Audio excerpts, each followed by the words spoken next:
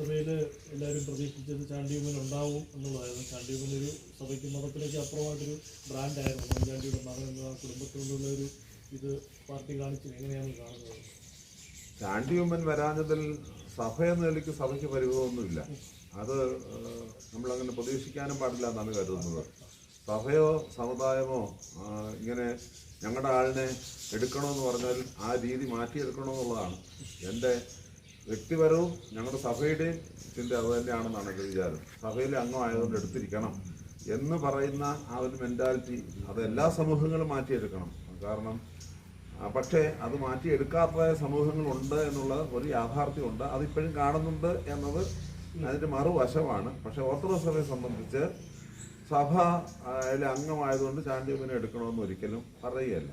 എന്നാൽ ചാണ്ടിയുമ്മൻ എന്ന് പറഞ്ഞ വ്യക്തി കഴിഞ്ഞ 2.5 വർഷമായി പുതുപ്പള്ളിയുടെ MLA ആയി ഇരിക്കുന്ന സമയത്ത് നടത്തിയ പ്രവർത്തനങ്ങളെ ഒന്ന് വിലയിരുത്തേണ്ടതുണ്ട്. പുതുപ്പള്ളിയിലെ ജനത്തിന് മുഴുവൻ അത്യാവശ്യം സന്തോഷം അദ്ദേഹം ഈ 2.5 വർഷം കൊണ്ട് പകർന്നു നൽകി. തന്നെയുമല്ല, അദ്ദേഹത്തിൻ്റെ ഈ MLA ജീവിത കാലഘട്ടത്തിൽ പുതുപ്പള്ളിയിൽ മാത്രമായിരുന്നില്ല അദ്ദേഹത്തിൻ്റെ കേന്ദ്രീകരണം.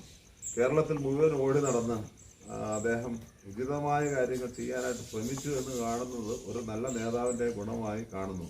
പുതുപ്പള്ളിയിലെ ജനത്തെ വെറുപ്പിക്കാതെ തന്നെ മറ്റുള്ള സ്ഥലങ്ങളിലേക്ക് പോയി അവരെ കൂടി കാണാനും കരുതൽ കൊടുക്കാനും ഒക്കെ ശ്രദ്ധിച്ചു എന്നത് ഞങ്ങൾക്കൊക്കെ മനസ്സിലാകുന്ന ഒരു യാഥാർത്ഥ്യമാണ്.